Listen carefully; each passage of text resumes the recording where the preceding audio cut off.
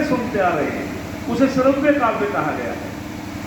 तो फिर स्वामी जी ने कहा यथा पदम तथा अर्थ है, अर्थात इसलिए वेद ही परमात्मा का ज्ञान है। बोले इसलिए यथा पदम तथा अर्थ है, जैसा जैसा परमपिता परमात्मा ने वेदों में पदार्थों का वर्णन किया है वैसा वैसा संसार में है और ग्रंथों में नहीं है। इसलिए परमात्मा का ज्ञान वेद है। फिर कहा कि वो कैसा ज्ञान है, क्या वो कभी प्रलय में उसका विनाश हो सकता है? तो स्वामी दयानंद कहते अनंता वे वेदा।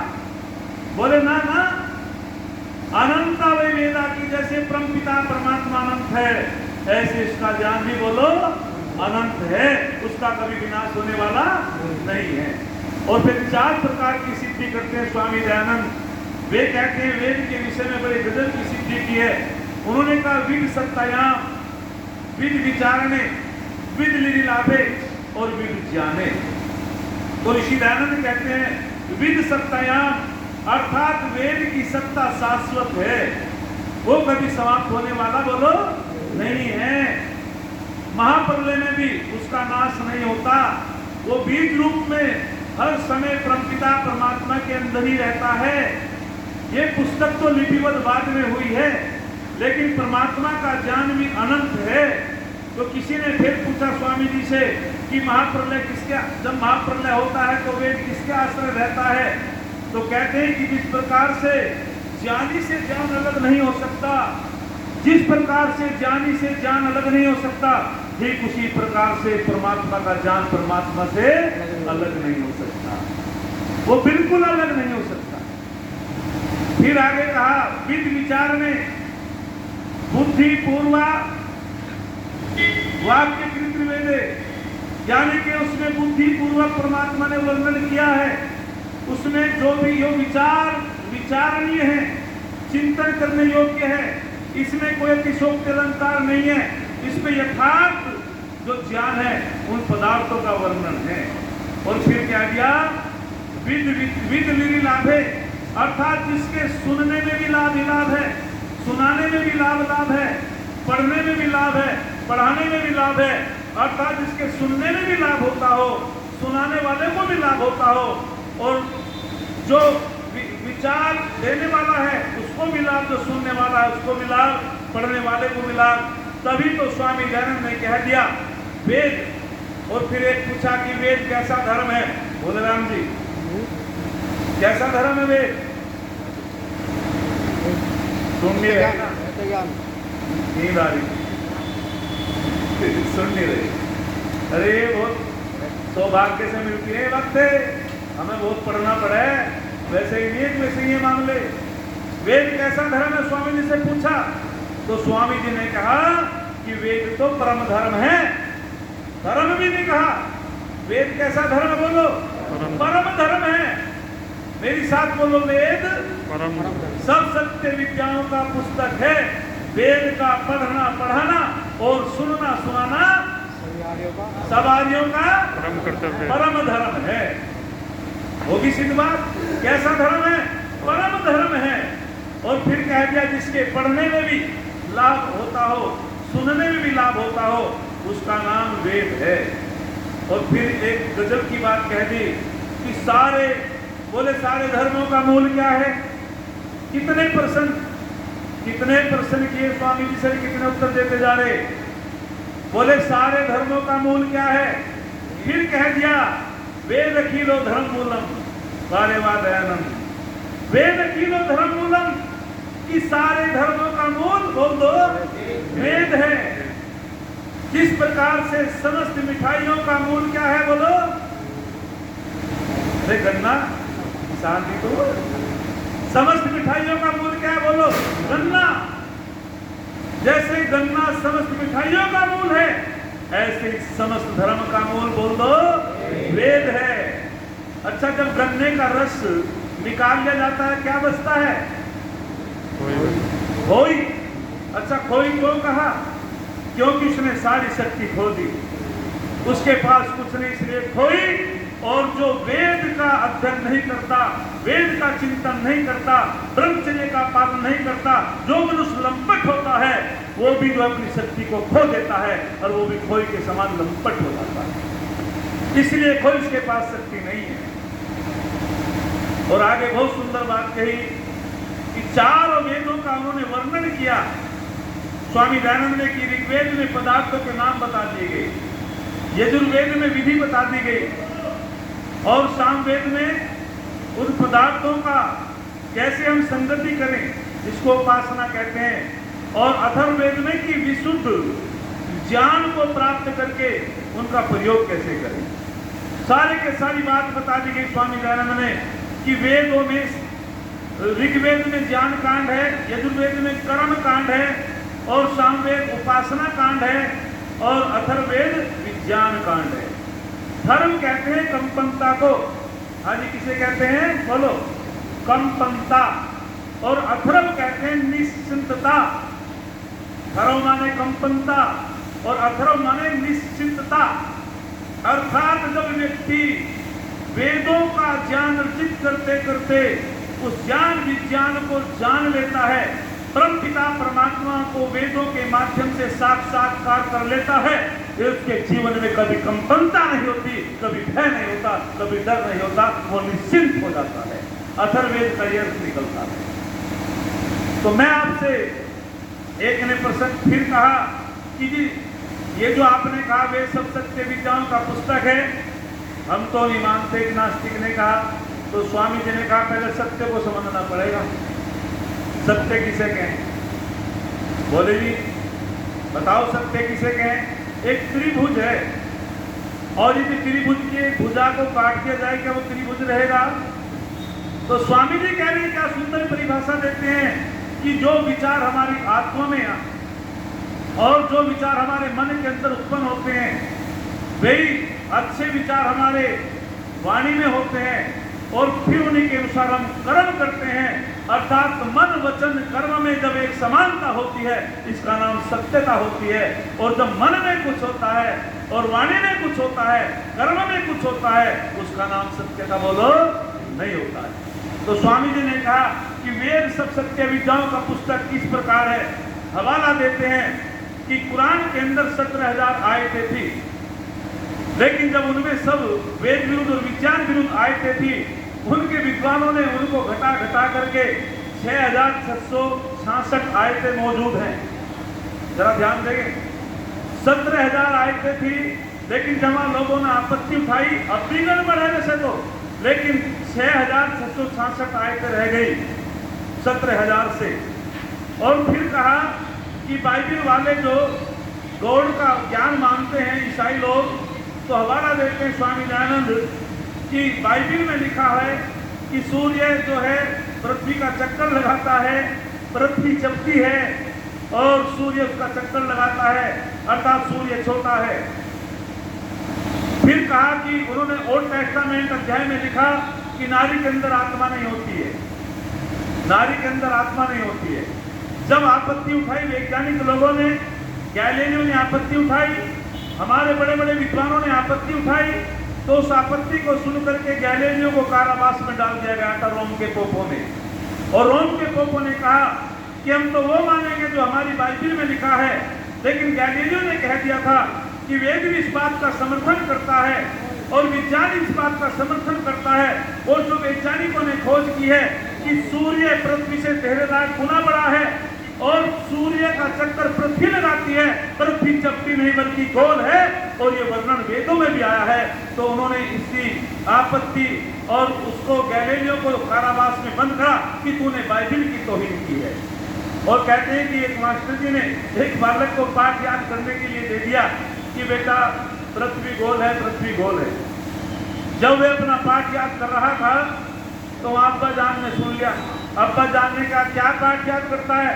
बोले मेरे मास्टर जी ने कहा कि पृथ्वी गोल है, इस पाठ याद को करके सुनाना है। बोले खाक है, पृथ्वी गोल है। तेरे मास्टर को कुछ पता नहीं। बोले क्या हुआ कि हमारी बाइबिल में और हमारी कुरान में तो लिखा है कि पृथ्वी चपटी है। तेरा मास्टर तो मूर्ख है। और वो अपने बेटे को लेके गया स्कूल के अंदर और उससे जाकर के बातें करी कि आप क्या पढ़ाते हो हमारे बालक को? बोले जी ये तो बड़ा मेधावी बच्चा है, जो भी पाठ याद करने के लिए देते हैं उसको याद कर लेता है। बोले बिल्कुल गलत, कि पृथ्वी तो चपटी है, बाइबिल में भी लिखा, कुरान में भी लिखा, और आप कहते हैं पृथ्वी गोल है। तो उस मास्टर जी ने कहा कि बेटा जो मैंने पाठ याद करने के लिए दिया था वो सुनाओ। तो तब वो बच्चा एक बार अपने अब्बाजान को देखता है, एक बार मास्टर जी को देखता है। तो मास्टर जी की तरफ देख करके कहता है कि गुरुजी स्कूल में तो पृथ्वी गोल है पर घर में पृथ्वी चपटी है। और जहां विरोधी बात होती है वो परमात्मा का ज्ञान बोलो नहीं हो सकता। तो स्वामी दयानंद ने बड़े हवाले दिए और कहा कि जितने भी ग्रंथ हैं उनमें किसी में भी विज्ञान नहीं है, चिकित्सा नहीं है, परम पिता परमात्मा भी पूर्ण है। बाइबिल में बहुत संशोधन हुए, फिर उन्होंने न्यू टेस्टामेंट अध्याय में लिखना पड़ा कि नारी के अंदर आत्मा भी होती है। जब पादरी साहब प्रवचन कर रहे थे, एक नारी ने थप्पड़ लगाया, उसने कहा नारी के अंदर आत्मा नहीं होती, उसने मुकदमा कर दिया। और जब 10 साल के पास गए तो उसने कहा इस नारी ने भरी सभा में मेरा अपमान किया है। तो वो नारी मौन थी। जज साहब ने, पूरी सभा ने कहा हाँ जी इस नारी ने थप्पड़ मारा है पादरी साहब के। तो उसने कहा कि मैंने थप्पड़ कैसे मार दिया? ये कह रहा है कि हमारी बाइबिल में लिखा हुआ है कि नारी के अंदर आत्मा नहीं होती, जब मेरे अंदर आत्मा नहीं तो मैंने थप्पड़ कैसे मारा? पूछ किससे, पूछो। उसने कहा हाँ जी हमारी बाइबिल में लिखा है। तो जब जज साहब ने कहा रे मूर्ख, यदि इसके अंदर आत्मा न होती तो ये चलती कैसे, खाती कैसे, क्रिया कैसे करती? तो फिर उस पर मुकदमा लगा दिया गया और बाइबिल में संशोधन किया गया, न्यू टेस्टामेंट अध्याय जोड़ा गया कि नारी के अंदर भी आत्मा होती है। तो स्वामी दयानंद ने कहा परम पिता परमात्मा भी पूर्ण है और उसका ज्ञान भी पूर्ण है। सारे पदार्थों का वर्णन वेदों के अंदर है। और सब ग्रंथ वाले कहते हैं, कुरान कहते हैं कि मुसलमान बनो, बाइबिल कहते हैं कि ईसाई बनो, और जैनों के ग्रंथ कहते हैं जैनी बनो, बौद्ध वाले बौद्धिस्ट कहते हैं कि बौद्ध बनो, लेकिन वेद कहता है कि मनुष्य बनो, मनुष्य बनो। वो हिंदू मुस्लिम की बात नहीं करता है, वो मानव की बात करता है, वो पूरे संसार की बात करता है। उसमें कोई संकुचित बात नहीं है। वो प्राणी मात्र के लिए वेद अपनी बात करता है, क्योंकि परमात्मा भी पूर्ण है। परमात्मा केवल भारत वालों का नहीं है, परमात्मा केवल उत्तर प्रदेश वालों का नहीं है, परमात्मा केवल मीरापुर वालों का नहीं है, परमात्मा पूरे संसार का है। और परमात्मा का ज्ञान भी पूरे संसार का अनुकरणीय है। इसलिए परमात्मा भी पूर्ण है और उसका ज्ञान भी पूर्ण है। तो तब स्वामी दयानंद ने कहा कि परमात्मा के उस विधान में, संविधान में न संशोधन हुआ, न हो सकता, न होगा, क्योंकि परमात्मा भी पूर्ण है, उसका ज्ञान भी पूर्ण है, उसमें कोई अपूर्णता नहीं है। इसलिए जितने ग्रंथ हैं ये मत है, मजहब है, मति से उत्पन्न हुए हैं। और धर्म परम पिता परमात्मा के द्वारा स्थापित होता है और मत किसी मनुष्य की मति से उत्पन्न होता है। ये मत केवल एक मत के एक संगठन की बात करता है, लेकिन वेद सार्वभौमिक है, वेद सार्वकालिक है, वेद सबके लिए अनुकरणीय है। इसलिए वेद ही परम पिता परमात्मा का ज्ञान और विज्ञान है। और इसको ना मानने से कितनी बड़ी हानि होती है? इसको ना मानने से क्या होगा? तो बस एक उदाहरण देकर के अपनी वाणी को विराम दूंगा। इसके ना मानने से बहुत बड़ी हानि हो जाती है, जो उसका अध्ययन नहीं करते, उसका चिंतन नहीं करते। कहते हैं कि बहुत बड़े हमारे पंडित नीलकंठ पौराणिक विद्वान हुए और पंडित नीलकंठ कथावाचक थे, लेकिन उनको वेदों का वो नहीं था ज्ञान।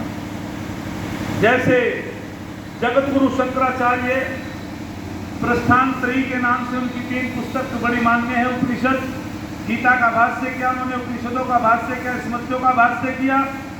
लेकिन जगत गुरु शंकराचार्य विलक्षण बुद्धि के थे, बड़ी विलक्षण बुद्धि के थे। जब जैन धर्म पूरे जो है भारतवर्ष में नंगी मूर्तियां पूजी गई, स्वामी जी से पूछा गया मूर्ति पूजा कहां से चली? बोले जैनियों से चली। जैनियों ने कहां से चलाई? अपनी अज्ञानता से चलाई। और सब जैन मत में आने शुरू हो गए थे लोग, वैदिक मत को छोड़ने लगे थे। उस समय जगत गुरु शंकराचार्य का प्रादुर्भाव हुआ, उन्होंने शास्त्रार्थ किए। लेकिन जो मैं आपके बीच में बताना चाहता हूं, स्वामी दयानंद ने कहा कि हाँ, जगत गुरु शंकराचार्य ने उस समय में बहुत बड़ा काम किया। परंतु वेदों तक पहुंच नहीं थी, वेदों तक पहुंच नहीं थी। उपनिषदों की स्मृतियों की बात कही, गीता का भाष्य किया, लेकिन वेदों तक नहीं पहुंच पाए। तो कहते हैं कि परमपिता परमात्मा को फिर ध्यान हुआ कि शंकर तो चाहिए, लेकिन वो शंकर था जगत गुरु, वो लगभग 3000 वर्ष बाद में शंकर तो चाहिए इस संसार को, लेकिन मूल शंकर।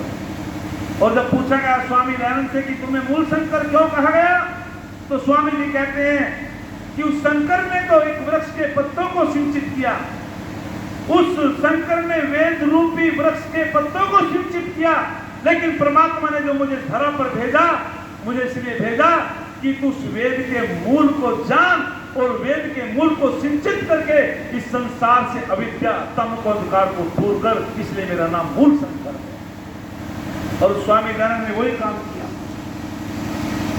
सूर्यकांत त्रिपाठी निराला जी से पूछा गया, आप स्वामी दयानंद के चित्र को कक्ष में टांगते हो, उसका बड़ा सम्मान करते हो, क्या कारण है? तो स्वामी जी ने कहा, क्या इन्होंने नारी जाति के उत्थान की बात की इसलिए करते? बोले ना।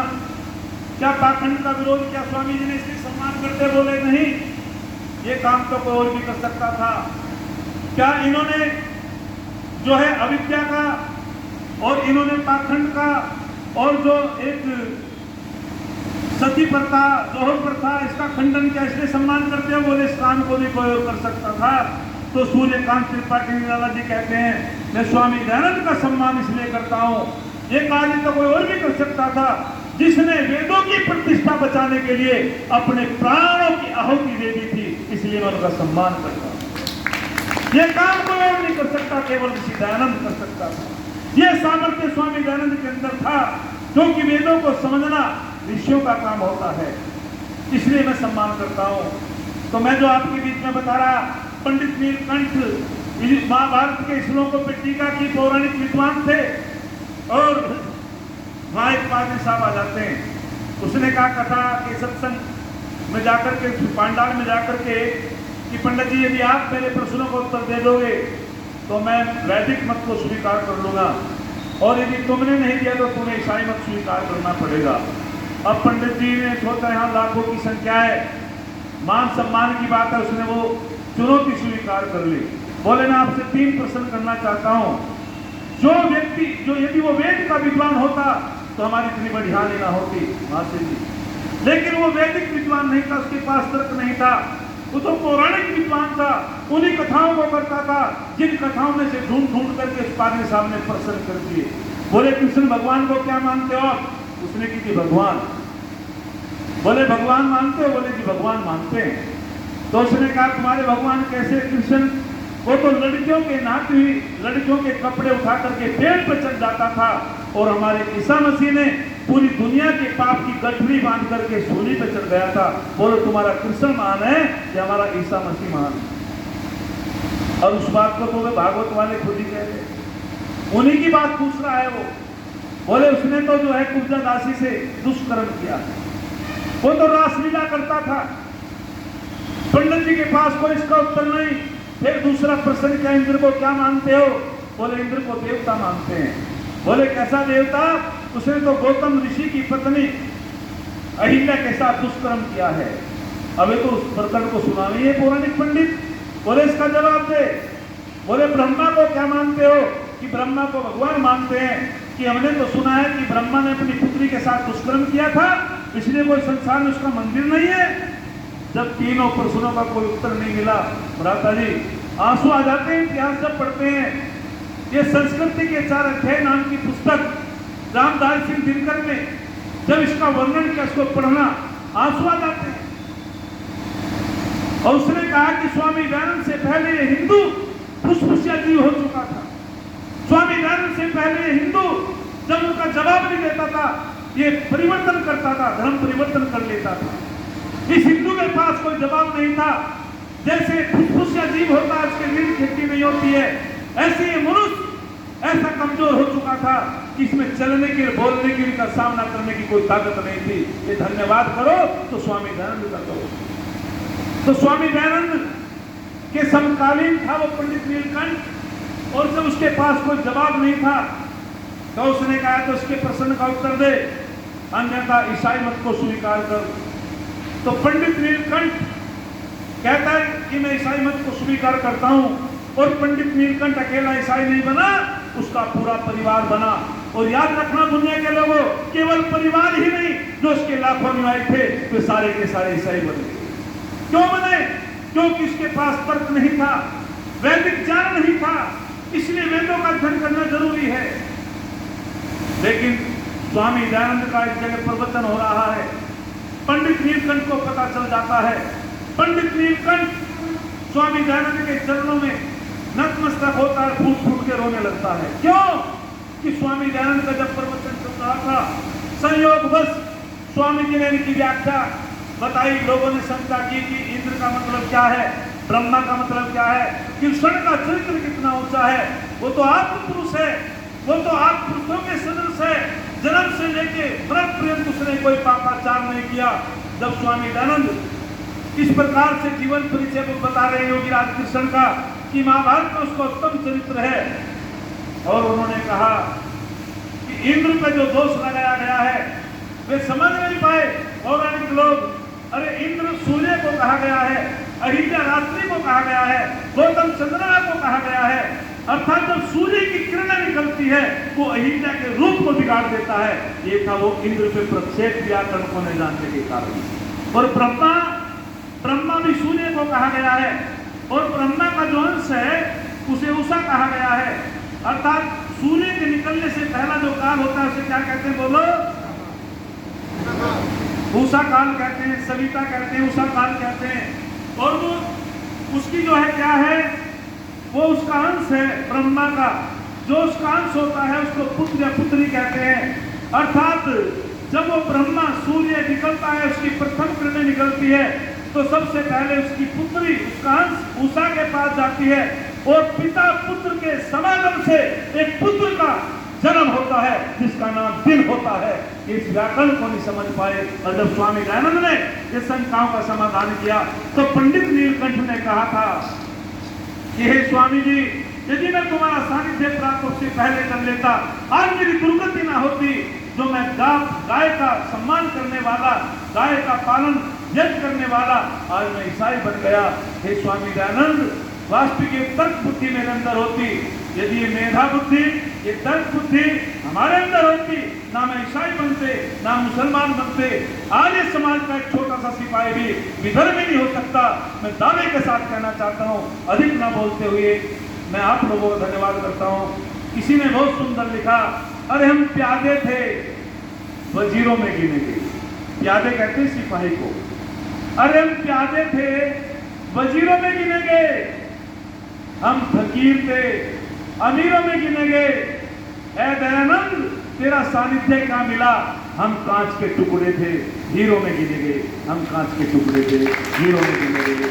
इसलिए आप लोगों का धन्यवाद, आपने बहुत ध्यान से सुना।